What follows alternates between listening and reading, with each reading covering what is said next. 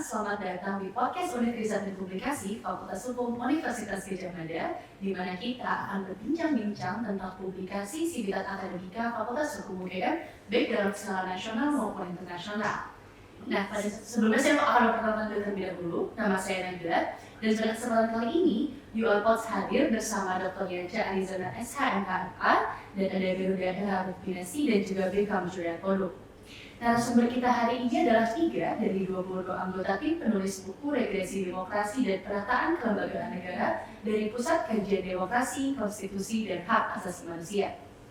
Mas Yanja sendiri adalah dosen Departemen Hukum Tata Negara yang juga merupakan editor dari buku Regresi Demokrasi dan Penataan Kelembagaan Negara, sedangkan Era merupakan mahasiswa S1 Fakultas Hukum Universitas Gadjah Mada, dan Bekam merupakan mahasiswa S2 Fakultas Hukum Universitas Gadjah Mada yang juga menulis buku ini.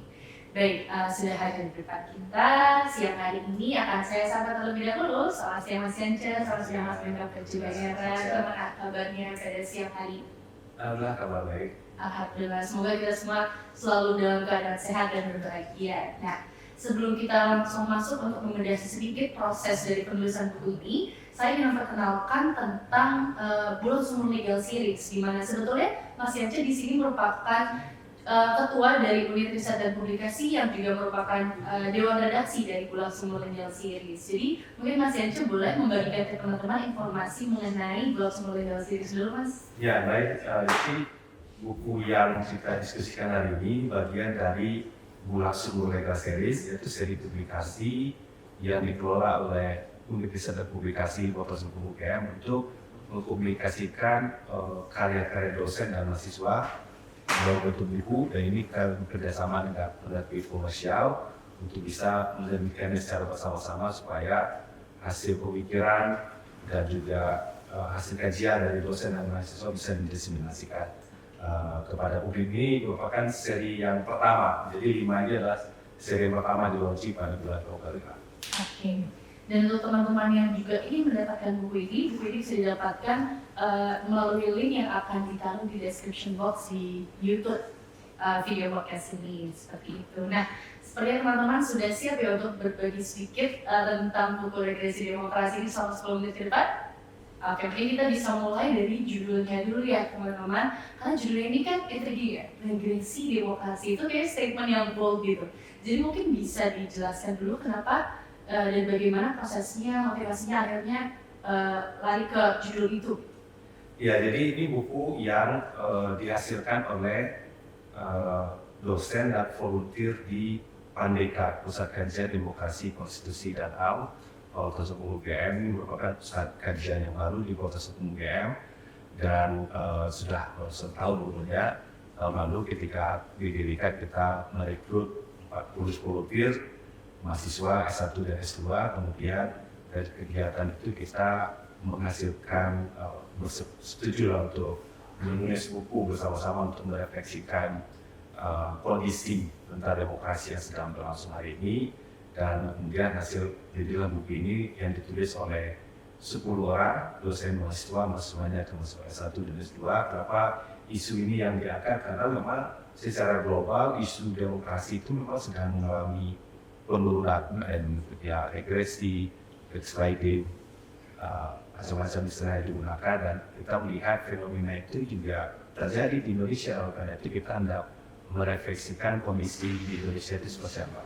Dan buku ini dibagi ke dalam 2 bab, satu tentang politik dan demokrasi, dan bab kedua itu tentang kelembagaan negara. Nah, dan tulis-tulisnya ada sih untuk bisa tentang isi negara. Oke, tadi juga sudah dijelaskan ya Mas Kansor yang akhirnya melahirkan buku ini. Mungkin boleh diceritakan terkait prosesnya, mulai dari bikin penulisan atau diskusi awal atau ide awalnya hingga akhirnya rilis bulan gelap. Ya, jadi secara proses tidak terlalu lama sebenarnya. Jadi kami di Pandeka dengan volunteer kita rutin mengadakan pertemuan, kadang kita mengadakan bedah buku atau diskusi, termasuk juga mendiskusikan tentang rencana penulisan ini. Jadi setiap penulis kita minta untuk membuat outline dari setiap tulisan yang mau mereka tulis, dan itu dipresentasikan, didiskusikan secara bersama-sama, dan mereka menulis. Dan proses editing. Jadi karena saya editor, ini jadi lebih mudah karena kita sudah mendiskusikan prosesnya bersama-sama sebelumnya, dan proses review itu untuk memastikan bahwa naskah, artikel, dan ditulis itu punya koherensi dengan tulisan-tulisan lain, jadi dia punya benang merah yang bisa disampaikan kepada publik besar.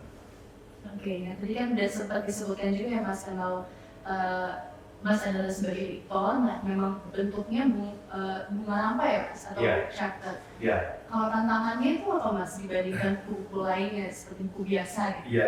Iya, tantangan satu memang untuk memastikan formatnya sama semua tulisan dan juga sesuai dengan yang diminta oleh penerbit. Itu satu yang pertama. Yang kedua, tantangan lain adalah menuliskan bab pengantar. Jadi ada 10 penulis dengan saya penulis bab pengantarnya, dan di bab pengantar itu saya mesti berupaya untuk memastikan bahwa semua pesan dari setiap chapter itu bisa dirangkum. Dan harapannya para pembaca dengan membaca bab pertama itu sudah mendapatkan pesan utama dari buku ini. Jadi tantangan juga di situ untuk mempresentasikan itu kepada pembaca. Nah mungkin tadi kita udah mendengar lumayan banyak dari Mas Yacet sebagai editornya ya. Mungkin kita akan beralih sedikit ke Mas Beckham dan juga Era selaku para penulis di sini. Sebagai informasi teman-teman, di bab buku ini Mas Beckham menulis mengenai politik klientelistik elektoral di Indonesia. Baik, sebagai informasi teman-teman, Mas Beckham di sini dan juga Era merupakan para penulis dari buku yang kita bedah hari ini, dan mereka menulis dua bab yang berbeda. Jadi Mas Beckham di sini menulis tentang politik klientelistik elektoral di Indonesia, dan juga Era menulis tentang menelusuri konstruksi kelembagaan dan kewenangan serta implikasi pembentukan Dewan Keamanan Nasional. Nah, mungkin bisa dimulai dari Mas Beckham dulu ya Mas. Kira-kira gimana nih proses menulis tentang bab ini dan juga tantangannya, mungkin bisa dibagikan ke teman-teman. Oke, pertama proses menulis ya. Kalau proses menulis memang tulisan ini lahir dari satu tadi rekrisi demokrasi, jadi fenomena yang belakangan terjadi di Indonesia dan bahkan seluruh dunia. Dan yang kedua memang mengenai politik klientelistik elektoral sendiri itu bertepatan dengan momen pemilu 2024. Jadi memang pemilu 2024 ini cukup berbeda dengan pemilu-pemilu sebelumnya, karena pemilu 2024 ini menjadi tarung modal, tarung materi sebenarnya. Berbeda dengan pemilu-pemilu sebelumnya yang kebanyakan tarung narasi. Jadi tulisan ini sendiri lahir dari keadaan konkret yang akan dihadapi Indonesia dalam pemilu 2024. Dan memang fakta yang suka tidak suka bahwa memang politik uang di Indonesia ini cukup apa yang mengkhawatirkan.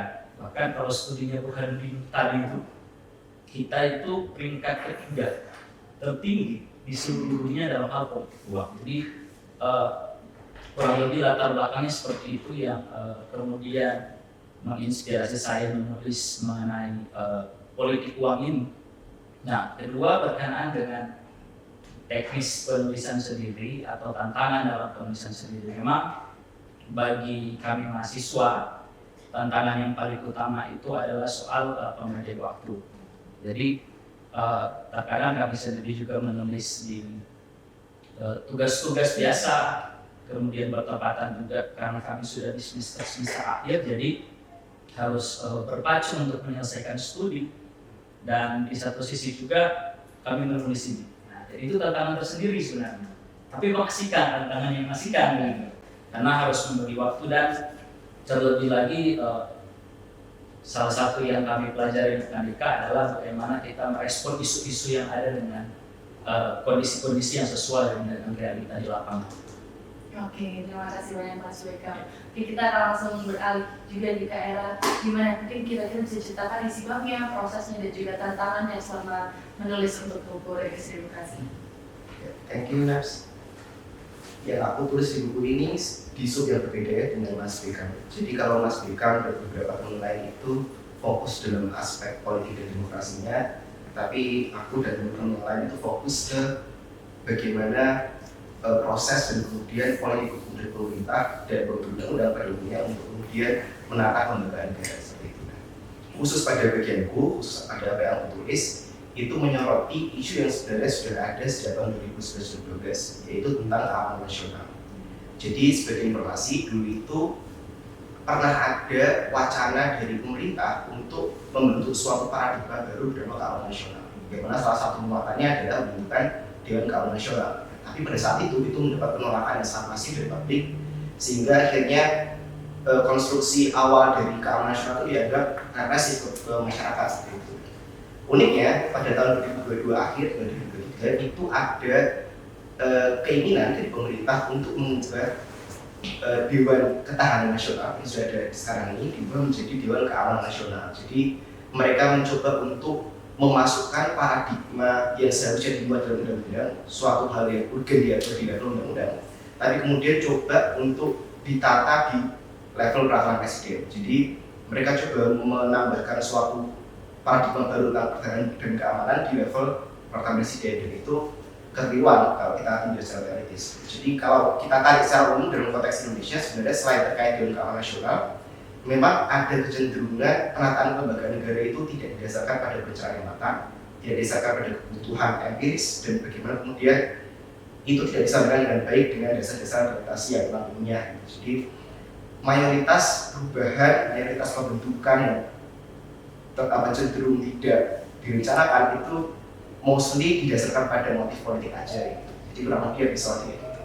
Nah, kalau tantangannya kurang lebih mungkin isu ini bukan isu yang banyak dibahas. Jadi literatur yang kemudian bisa berdasarkan khusus di Indonesia, khusus terkait keamanan nasional itu nggak cukup banyak. Dan yaitu kemudian jadi perlu ada interpretasi mandiri terhadap bunyi normanya. Jadi ya isunya di situ ya. Oke. Terima kasih Era.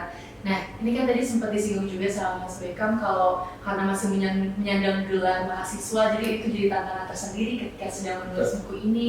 Nah, pasti teman-teman yang sedang menonton yang mungkin juga masih berstatus sebagai mahasiswa mau tahu nih tips dan mungkin triknya selama menulis, kira-kira gimana akhirnya bisa melewati tantangan-tantangan itu, atau mungkin teman-teman juga ingin tahu gimana akhirnya bisa sampai menulis untuk buku ini, mungkin bisa kalau Mas Beckham membagikan ke teman-teman. Kalau saya sih yang pertama adalah manajemen waktu bagi mahasiswa itu penting. Yang kedua memang meningkatkan literatur itu penting, karena semakin banyak literatur yang kita baca di bawah perpustakaan itu mempermudah kita menulis sebenarnya. Nah, dan yang ketiga adalah konsisten. Jadi waktu kita bisa banyak, tapi kalau kita tidak konsisten mengerjakan sesuatu itu sulit. Jadi itu aja sih sebenarnya tips and triknya. Oke, mungkin ada yang mau ditambahkan lagi? Kalau yang praktikal ya, untuk mahasiswa hukum UGM misalnya atau mahasiswa hukum univ lain, mungkin cara cerdiknya adalah coba melakukan tugas di kampus dengan apa yang ditulis di jadwal kampus.